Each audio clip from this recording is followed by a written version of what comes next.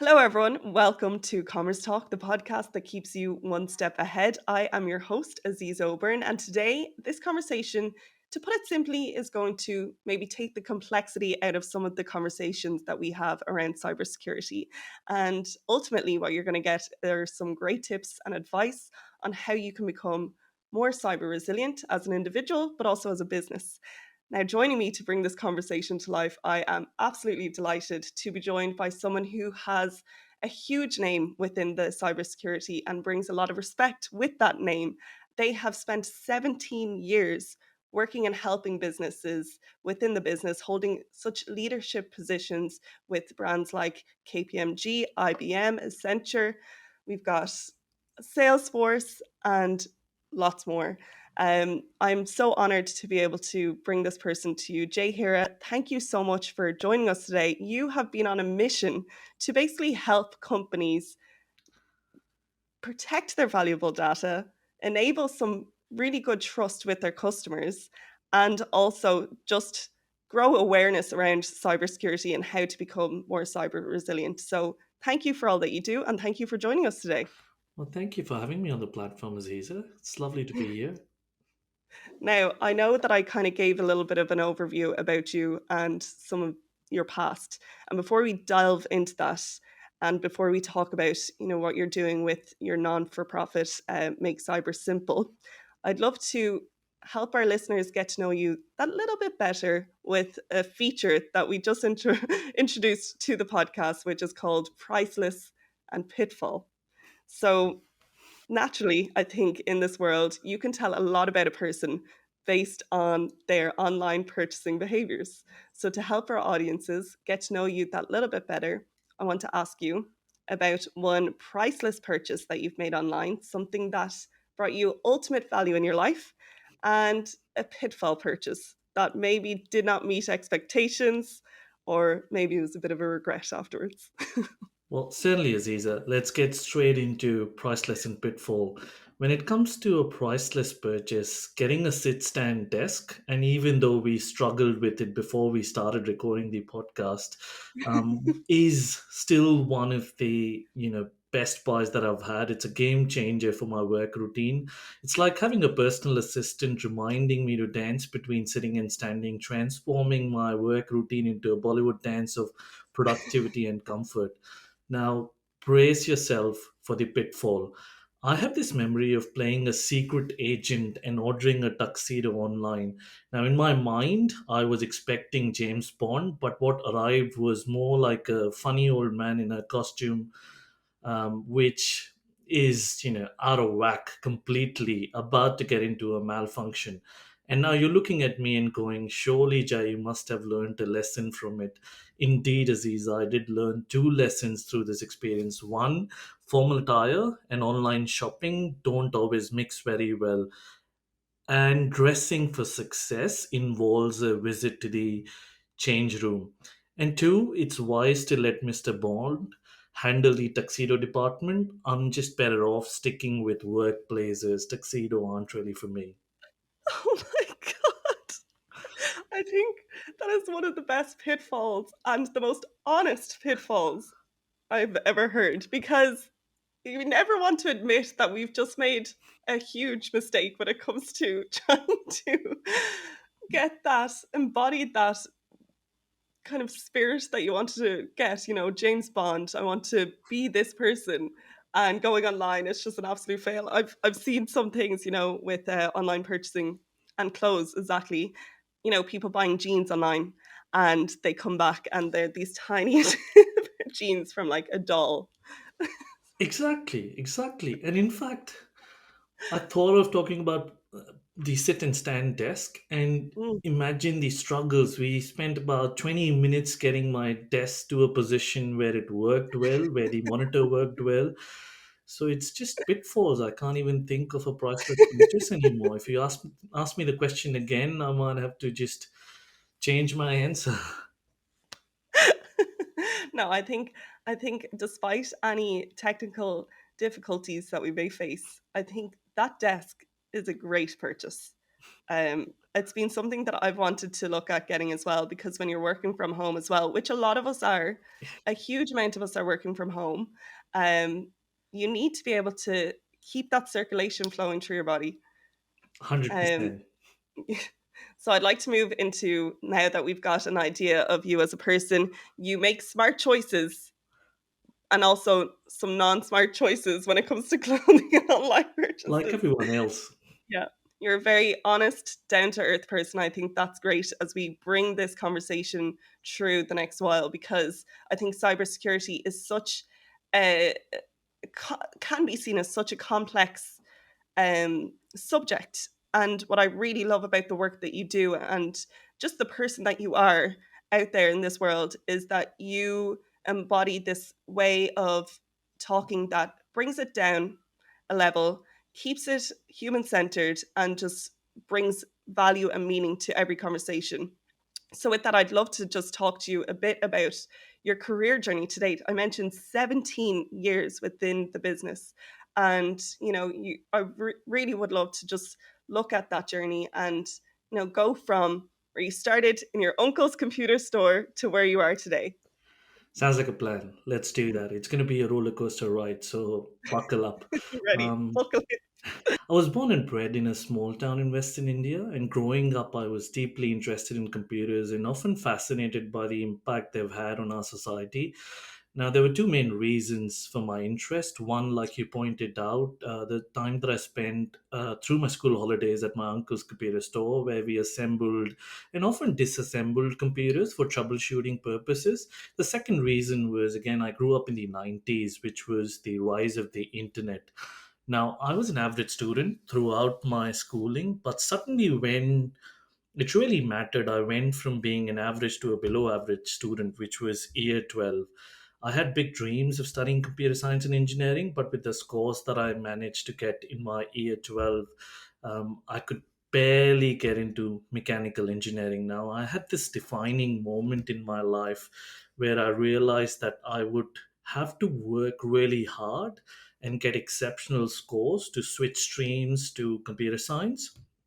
And when you put the hard work behind your dreams, is when the magic happens.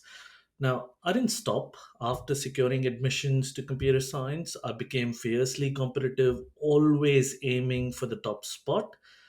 But when I joined the workforce after completing the master's program, I got hit with a dose of humility that changed my perspective and the course of my career. Working with incredible mentors transformed my perspective of being at the top always into collaborating and transitioning from that competition mindset into a collaboration mindset and working with exceptional teams, reshaping focus on collective wins and shared growth became my new pursuit. Now, as I grew older, I became clearer about my purpose and more intentional about who I wanted to be. Having had that sense of purpose, I've channeled all of my energy into pursuing my passion for cybersecurity and advocating for collaboration, greater inclusion, greater diversity in the industry. Now, fast forward to where I am today, I speak to businesses on strengthening their cyber resilience capabilities through the adoption of zero trust principles. And in my spare time, I am on a mission to make cybersecurity simple and accessible for all. I think that's where I conclude, and that's the overall journey that I've been on. That's brilliant. And I think that journey in itself is going to scaffold itself throughout this entire conversation. And I think what you've learned and taken from that journey, there's such value in it and what it's going to bring to listeners, and also just bring forward in that simple conversation around cybersecurity, which is so helpful. Across the journey that you've been on, and given the years, as I said, of experience that you've had within the sector, what have been some of the biggest changes that you've seen in cybersecurity, and what have those effects been on businesses? Um, I've always described cybersecurity as a complex puzzle with many moving parts. It is constantly evolving race without a finite finish line. And as we stand in 2023, our world is remarkably interconnected, paving the way for business growth and prosperity. However, it is the interconnectedness that also raises the stakes, as the reliance on cloud computing, machine learning, AI, and Internet of Things introduces a new dimension to both threats as well as defenses. Now, reflecting on when I started my career back in 2006 as a penetration tester, the landscape feels like a distant memory. It was the time, and I remember this clearly because I used to do an internship at Reliance, which was a telco provider. It was actually a time when 3G was just rolling out. iPhones were completely non existent, and threats were very different to those that we experience today. Adversaries were largely individual actors, and the aim was to get a boost to their reputation by causing disruption instead of the option that is available today to monetize data by selling it online. Now, fast forward to today, adversaries are no longer limited to individual actors at all. They include highly sophisticated organizations with institutional hierarchies and R&D budgets of $1 million, and leverage integrated tools and capabilities with AI and ML at their disposal. Now, with so many high-profile breaches in the last 2 decades and the extensive impacts ranging from loss of personal data in the cases of Sony and Equifax to critical infrastructure in the cases of Colonial Pipeline and JBS, and coming to the realization of the risk that third party suppliers pose in the case of solar winds. It has been interesting to witness how consumer attitudes and their awareness has evolved so much. So to summarize, the three key takeaways from the last 2 decades are, one, prioritize cyber hygiene, just like brushing our teeth twice a day and flossing are integral parts of our oral hygiene. And we don't necessarily talk about these things, recognizing that cyber is not an area to cut corners, and prioritizing to get the basics right is the key to success.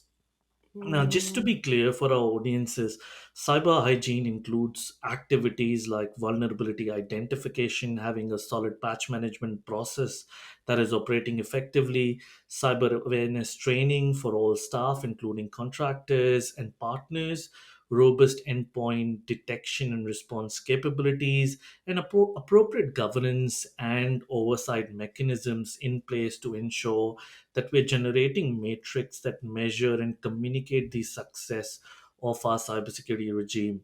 The second takeaway is perimeters are fading, and no matter how tall or wide the wall is that we call perimeter at the end of our castles, attackers are going to find ways around it or under it.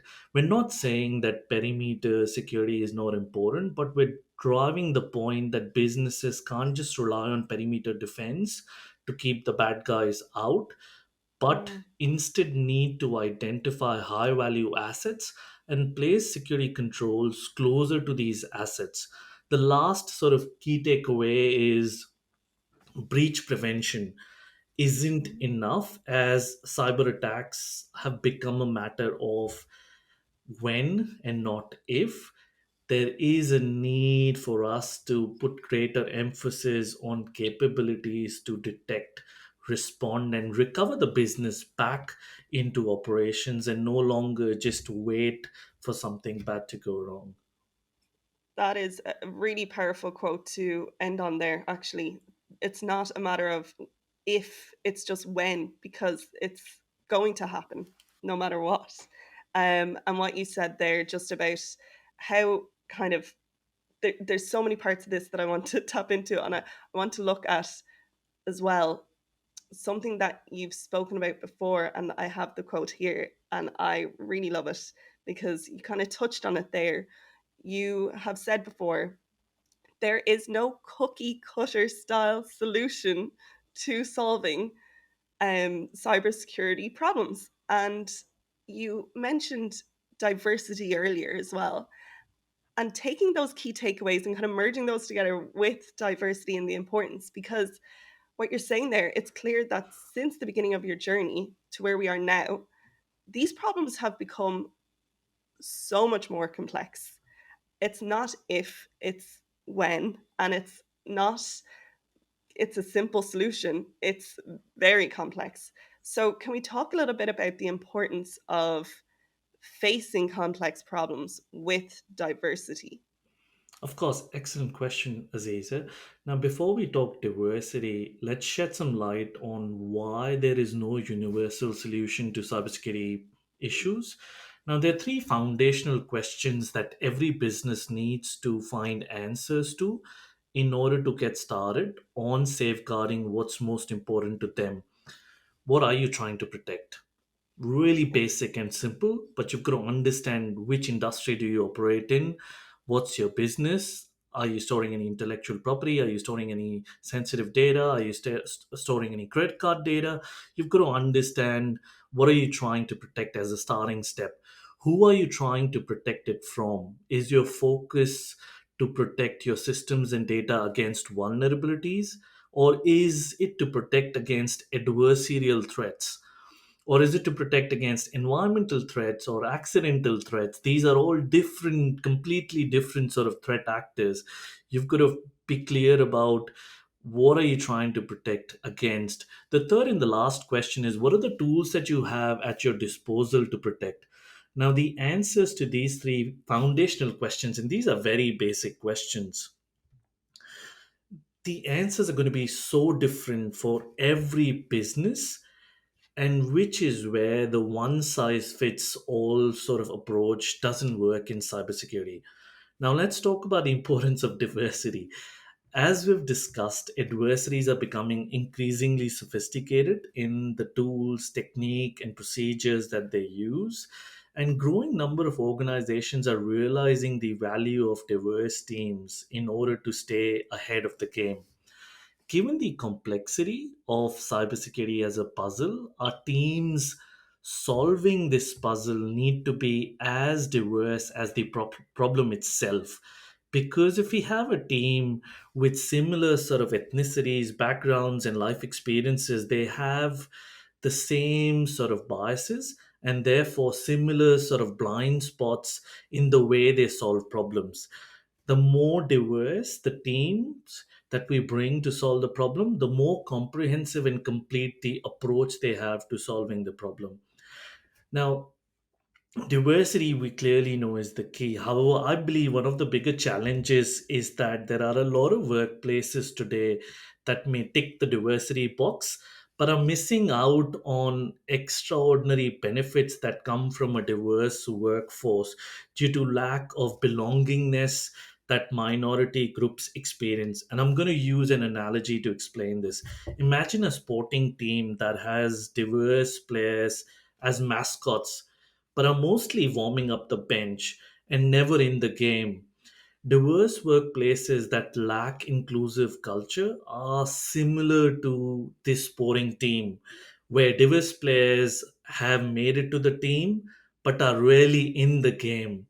Now, the key point that I'm making is diversity will have an impact on problem solving and boosting innovation when we move past mere representation and have all of these players in the game. I'm just tired of seeing diverse people, but just on the camera for the marketing campaigns, they don't have any voices. And if you're not listening to their voices and if you're not bringing them to the team, what's the point of just having these diverse people, you know, in the team? I think that's the point that we wanted to make. It's so true. And I think it's that box ticking exercise. That is the thing I think that is at, I don't know, at the heart of a lot of problems that we're looking at. Box ticking with cybersecurity, box ticking problem solving, box ticking diversity. And it cannot no longer be seen as a checklist item.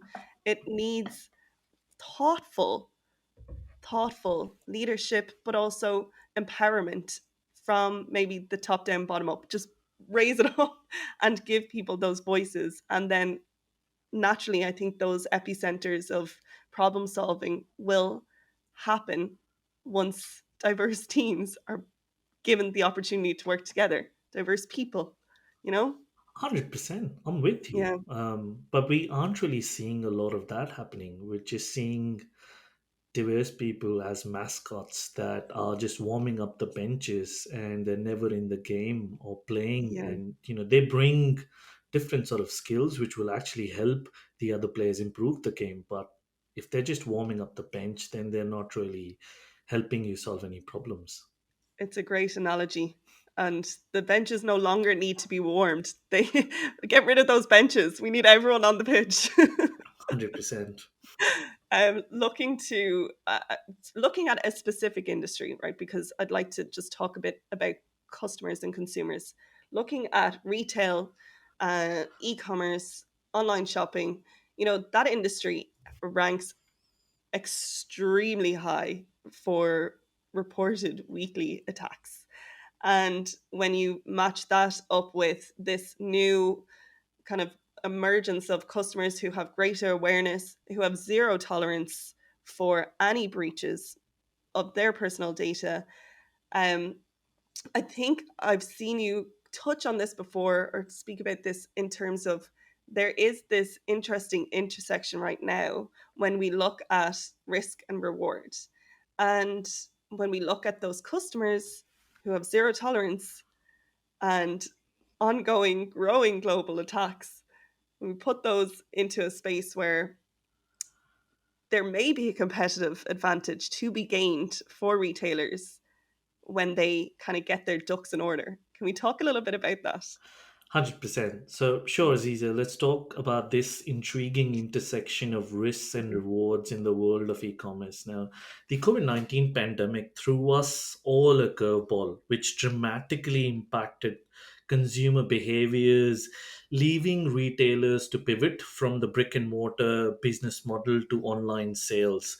Now, as retailers rushed up to set up their digital shop fronts, there were two sort of distinct approaches that emerged.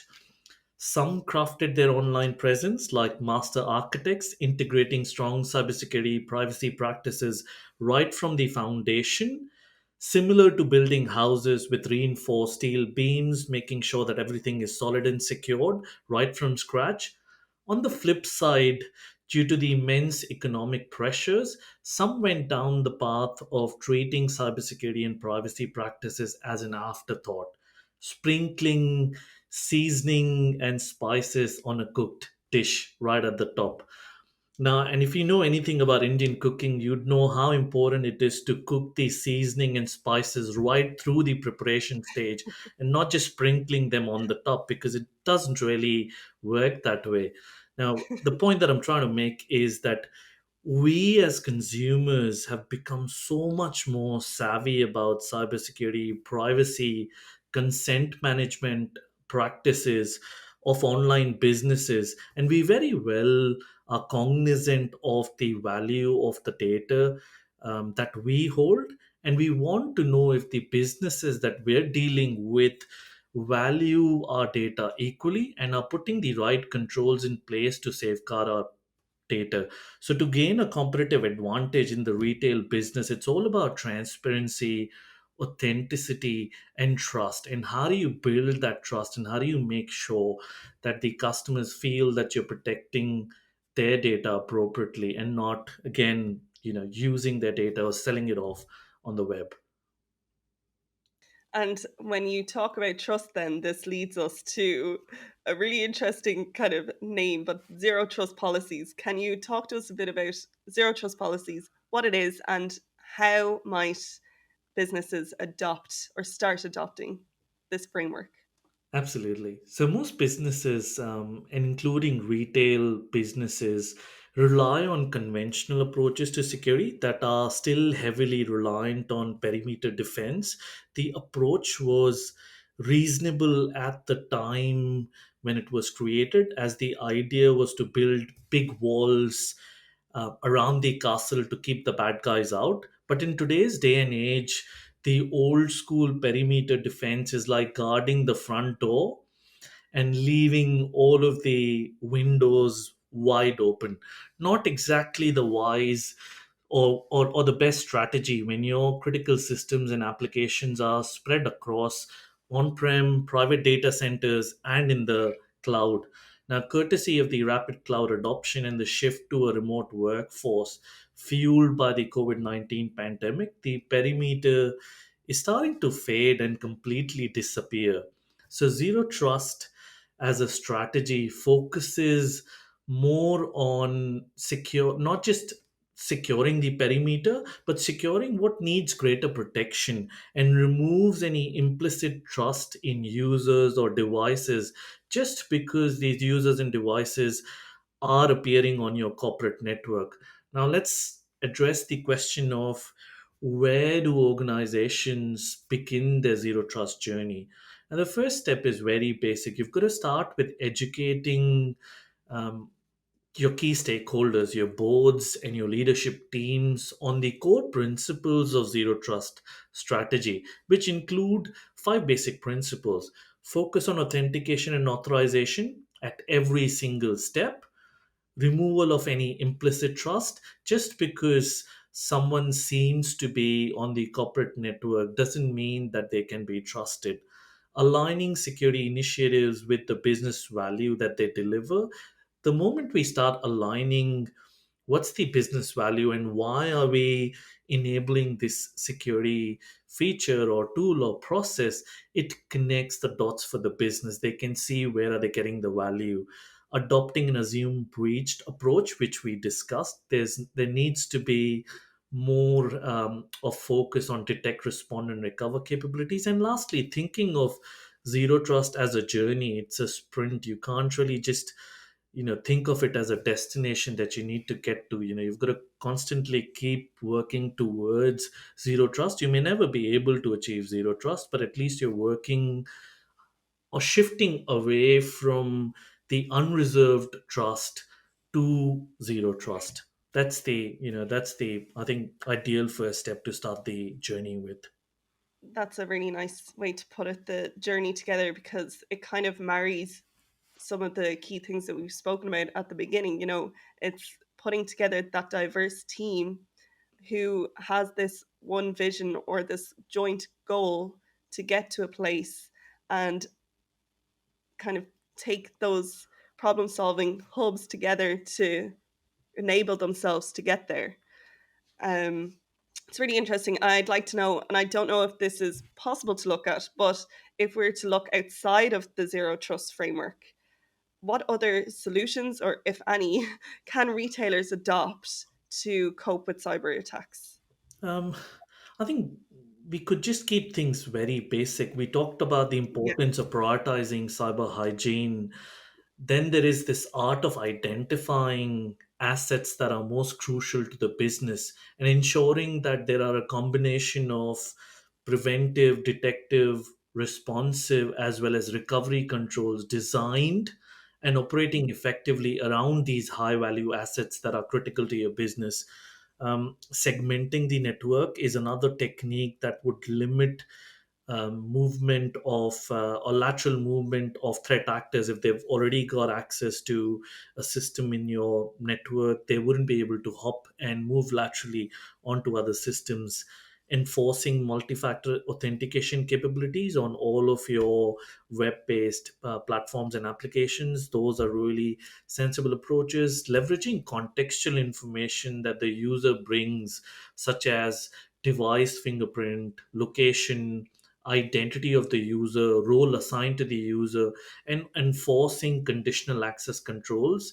These are all important steps as well. Educating the entire workforce is very critical. But remember, it's not just our crew or just the employees, it's about our allies too, our supply Mm, chain. Just like forming alliances in the game, we've got to check the armor of our allies. One weak link in the chain can lead to a domino effect, and which is where I think it's a lot of organizations continue to focus on strengthening controls that are limited to themselves without really witnessing or noticing what's the supply chain sort of repercussions, what are the suppliers that we're relying on that are delivering material services to us, and how we even making sure that they've got the appropriate level of security capability or maturity of or risk capabilities. I think it's, one, like I was saying, one weak link in the chain Mhm. has a domino effect, could affect you, and which is where I think that is another sort of space that organizations can focus on. That's quite powerful because it's so easy to not look outside of your own organization, your own kind of hub. You're trying to almost, as you said, kind of build walls around yourself. But you, and in this world, everything now, today, especially in the online space, everything is so interconnected. Your suppliers, from any delivery services, everything around you is potentially a threat to that safety that you're trying to build up within your organization. So it's kind of looking outside as well. That's really, I think that's really, really valuable advice. Looking to the future, what are some emerging trends that you're kind of keeping a close eye on at the moment? Great question again. I'm gonna take the liberty to continue our focus on security. Yes. um, our dependency on IoT devices has grown at an exponential sort of pace. These devices um, range from smart wearables that each one of us is wearing, home appliances, cars, building alarm systems, fire alarm systems, etc. And while these connected devices and sensors that are deployed throughout our houses are actually improving the way in which we operate. They're improving our lives every day. But there are all these doors and windows into our homes that need to be secured appropriately to avoid them from turning into a gateway into accessing our network. There aren't really any standards enforced on manufacturers to ship them with passwords or to require the user to set their own passwords.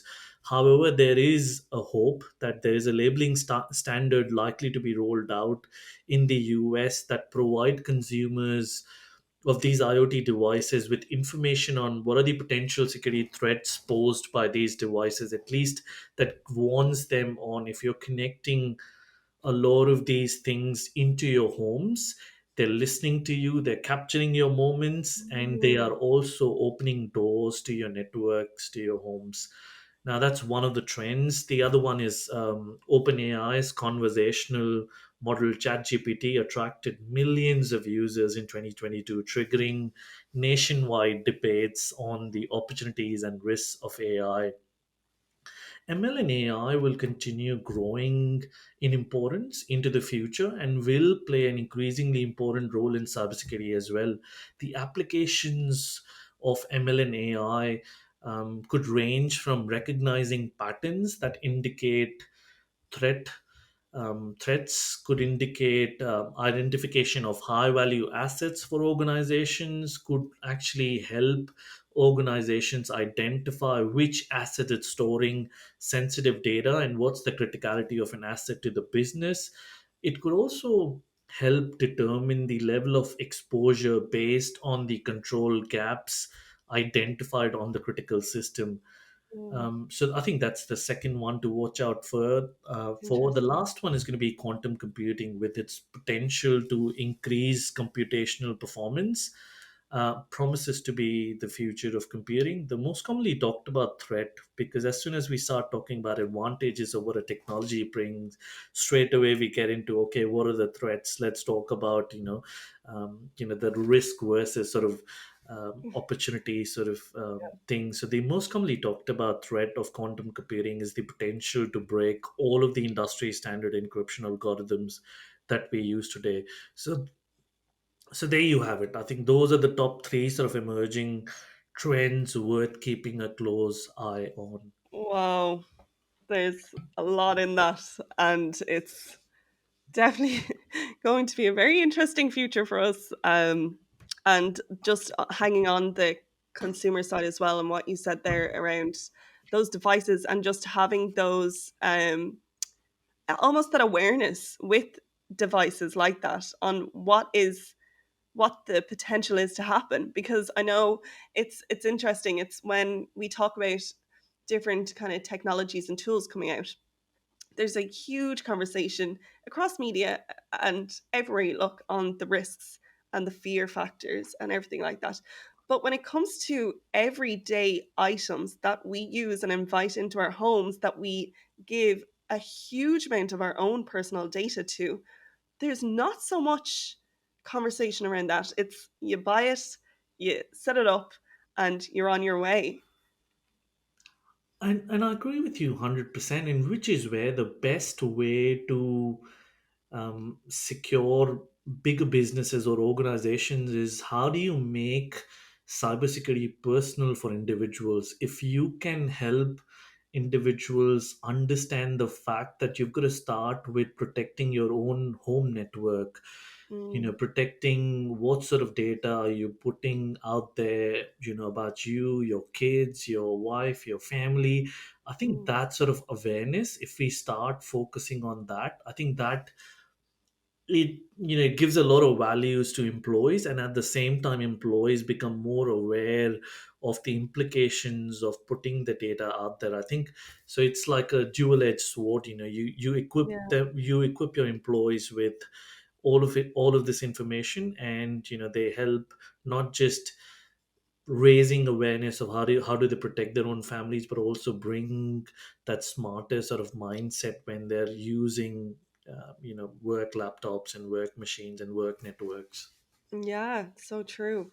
And I think this is a really nice way to lead into Make Cyber Simple and what you're working on now. So, when we're talking about the future, can you tell us a little bit about Make Cyber Simple and what your hopes and plans and goals are for the future of that?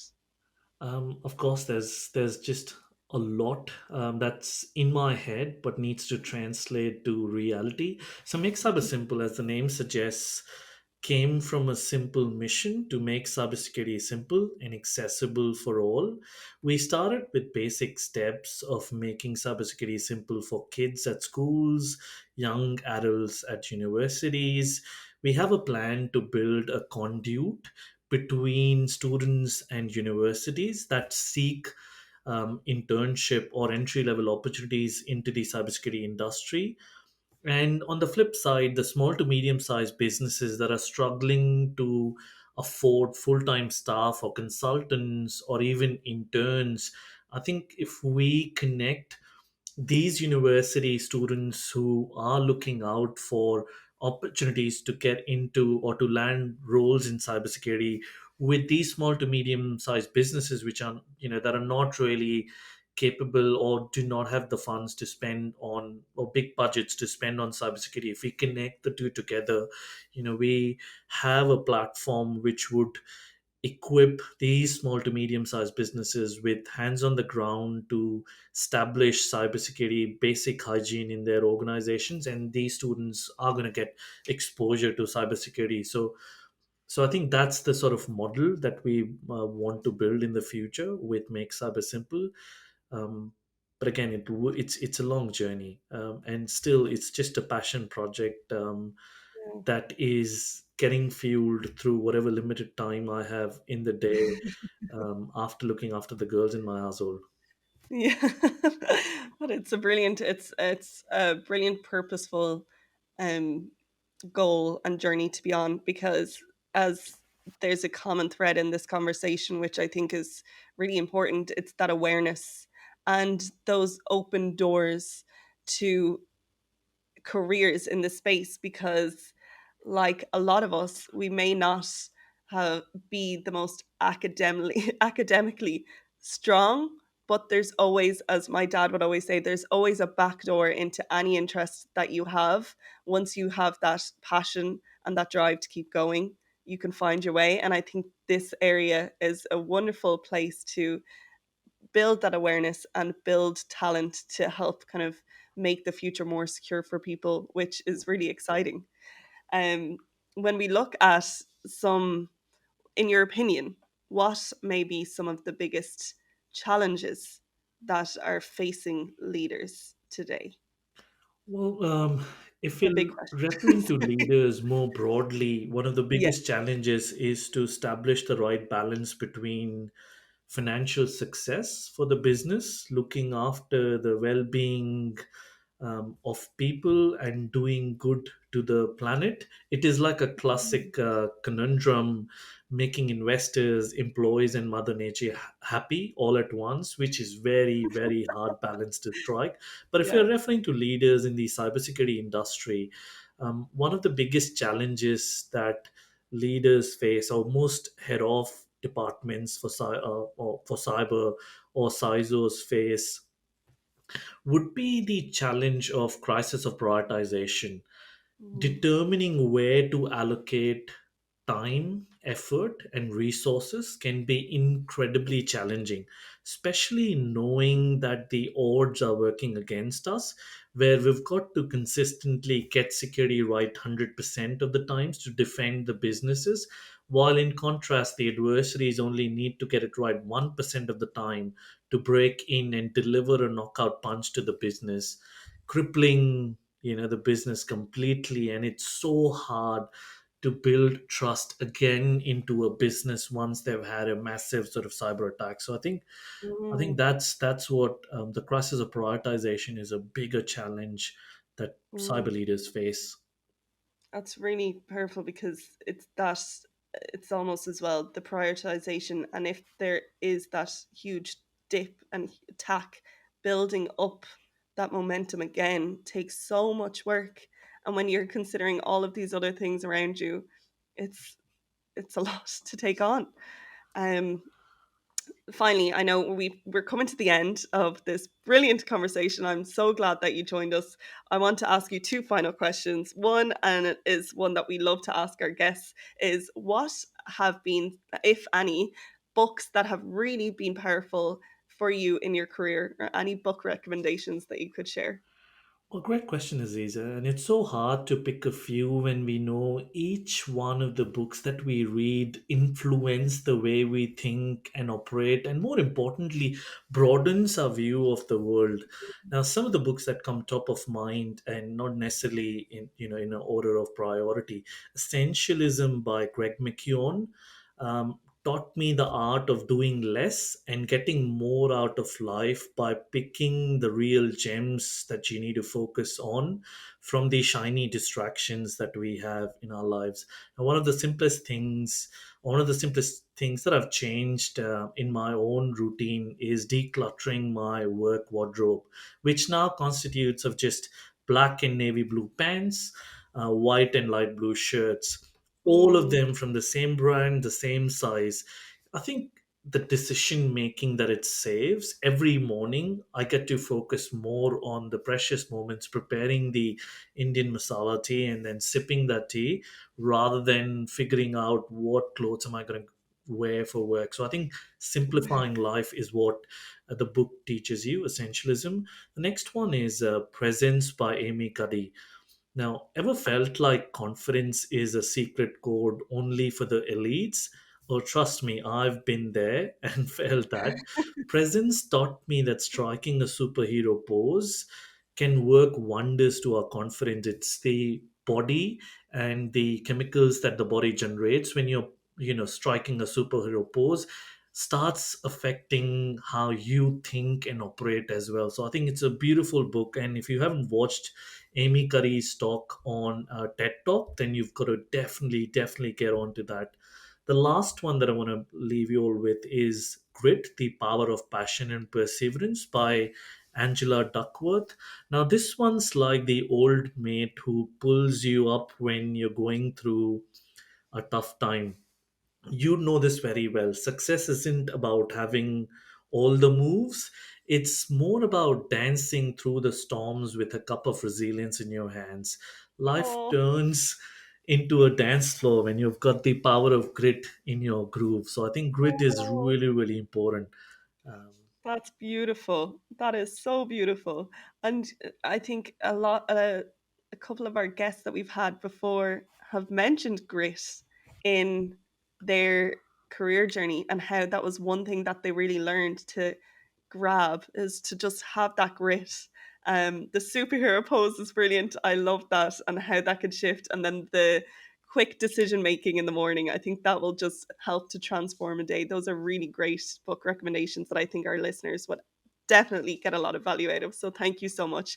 And finally, looking back, we started with your beginning of your journey and kind of looking back through that journey. If you could go back in time and give one piece of advice to your younger self, what would that be? Oh man, you've thrown a bit of a time travel curveball here, haven't you? Um, if I could speak to my younger self, I could share so many pearls of wisdom, but for the sake of focus, let's stick with two golden nuggets of advice, shall we? Yeah. Um, Hold on now. Before we dive into that, let me just get it out there for the record that age is merely a number. And I've barely celebrated my 20th birthday last year for the 20th time. It's a bit of a tradition, to keep the youthful spirit alive. That's All right, brilliant. time for the first slice of Jai's advice by embrace yourself. And yes, with all the quirks, strengths, and even the kinks that make you who you truly are, it's like a recipe for a smashing dish. Every single ingredient counts. Um, and for the second slice, oh, this one's going to be juicy. Our lives are like garden, and the company we keep, the blooming flowers that are around us or that surround us, are so important. So the note that I'm going to leave for my younger self is water those friendships that truly nourish your soil. Seek out the ones that sprinkle life, laughter, and growth. And you've heard of this saying which goes along the lines of your vibe attracts your tribe. So surround yourself with people who want to grow and at the same time want to see you flourish and grow with them. If you can find those and surround yourself with them, then I think those are the two sort of pieces of advice that I'd give my younger self. I would really love if we could all have the full cake. You should give, honestly, you need your own podcast with all of this great advice because that is just such a beautiful way to end things and such a beautiful take home lesson to have. And Jay, I just want to say thank you so much once again for joining us, for all of those pearls of wisdom, for all of the slices of wonderful cake, and for everything that you've given us today. It means a lot, and I know our listeners are going to get so much from this, so I really really appreciate the time that you've given us. Thank you. I'm really grateful for this opportunity and thank you for your kind words, man. Thank you. Okay.